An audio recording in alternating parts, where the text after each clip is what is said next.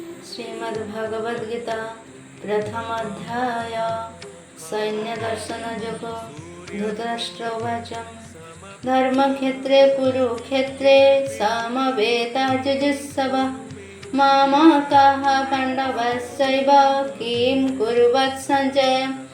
महाराज धृतराष्ट्र अंध थिले। से महाभारत विषय जानिबाकु व्यास को प्रार्थना करते। व्यास संजय को दिव्य दृष्टि देइथिले। तेणु संजय धृतराष्ट्र को सबु कहिथिले।